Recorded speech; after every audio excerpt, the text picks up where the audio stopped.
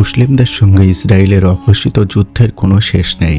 এমন কর্মকাণ্ডের আভাস ও পরিণতি সম্পর্কে পবিত্র কোরআনে আগেই সতর্ক করেছিল মহান আল্লাহ তাআলা। ফিলিস্তিন ইসরায়েল সংঘাত শুধু একটি ভূ রাজনৈতিক ইস্যু নয়, এটি ইসলামী বিশ্বাসের দৃষ্টিকোণ থেকে একটি ঐশ্বিক পরিকল্পনার অংশ। এমনকি কোরআন ও হাদিসে বনি ইসরায়েল ফিলিস্তিনের ভূমি ভাগ্য সম্পর্কে সুস্পষ্ট ভবিষ্যৎবাণী করা হয়েছে। তবে কি সত্যি হচ্ছে কোরআনের বাণী? ইসরায়েলের পতন সন্নিকটে। কোরআন ও বিভিন্ন আহলে কিতাব বনি ইসরায়েলদের ধ্বংসের ভবিষ্যৎবাণী সম্পর্কে বিস্তারিত তথ্যই আজকে জানব।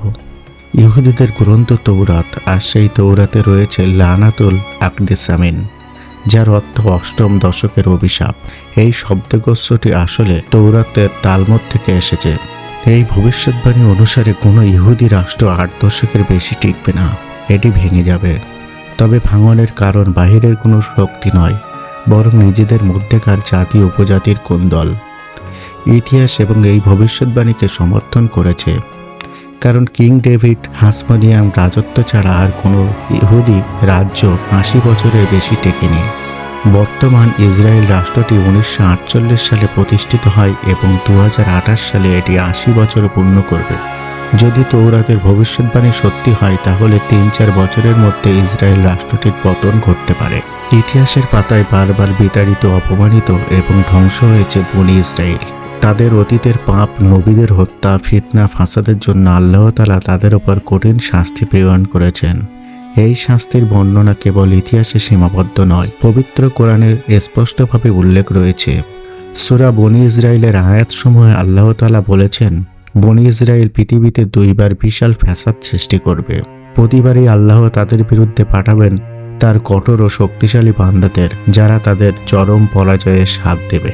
ইতিহাসবিদরা বিশ্বাস করেন খ্রিস্টপূর্ব 722 শব্দে প্রথম বিপর্যয়টি ইতিমধ্যে ঘটে গেছে। অসিরিয়ান সাম্রাজ্যের রাজারা বনি ইসরায়েলকে যখন আক্রমণ করে জেরুজালেম তখন দখল করেন, ঠিক তখনই দাউদ আলাইহিসসালাম ও সুলাইমান আলাইহিসসালাম প্রতিষ্ঠিত করেন ইহুদি সাম্রাজ্যের সূচনা, এবং সেই সময় ইহুদি সাম্রাজ্যের পতনের সূচনা হয়। কিন্তু আধুনিক ইসলামিক গবেষক ও মুফাসসিরদের মতে দ্বিতীয় বিপর্যয় এখনও ঘটেনি। কোরআনের ইঙ্গিত অনুযায়ী দ্বিতীয় বিপর্যয়টি ইমাম মাহদীর আগমন ও মুসলিমদের নেতৃত্বে জেরুজালেম বিজয়ের সময় সংঘটিত হবে। বর্তমান বিশ্বের রাজনৈতিক অস্থিরতা, মুসলিম নিপীড়ন এবং ইসরায়েলের আগ্রাসন একত্রিত হয়ে অনেকের মতে এই প্রশ্ন তৈরি করেছে, আমরা কি এখন সেই দ্বিতীয় ওয়াদার প্রাক্কালে দাঁড়িয়ে আছি?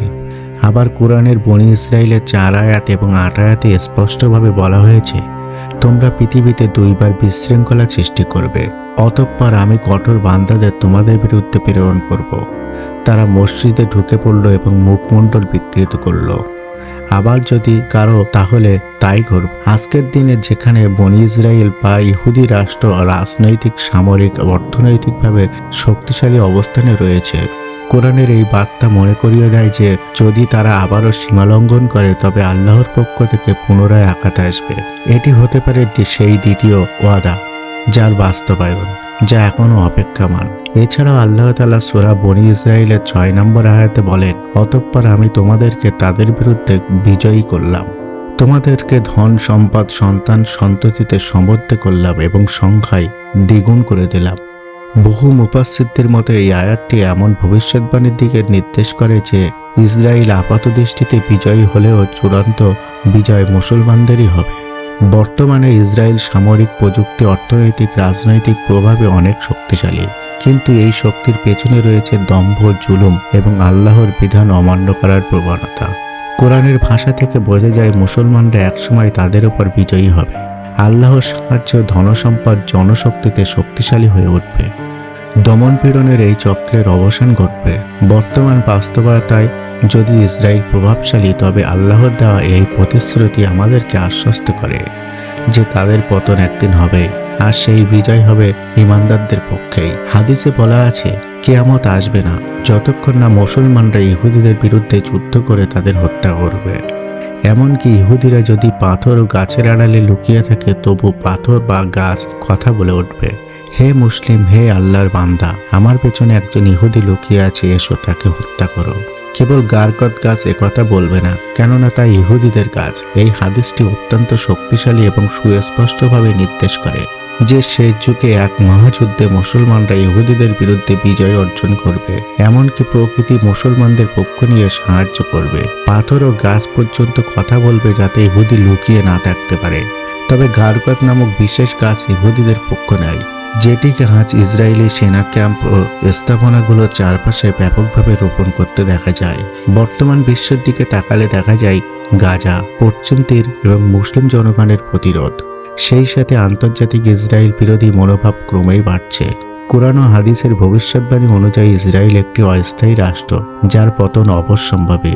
আল্লাহ তাআলা কোরআনের বনি ইসরায়েলের ইতিহাস ভবিষ্যৎ সম্পর্কে স্পষ্টভাবে বর্ণনা করেছে যে তারা একসময় পৃথিবীতে ফ্যাসাদ সৃষ্টি করবে এবং শেষ পর্যন্ত তাদের পতন হবে।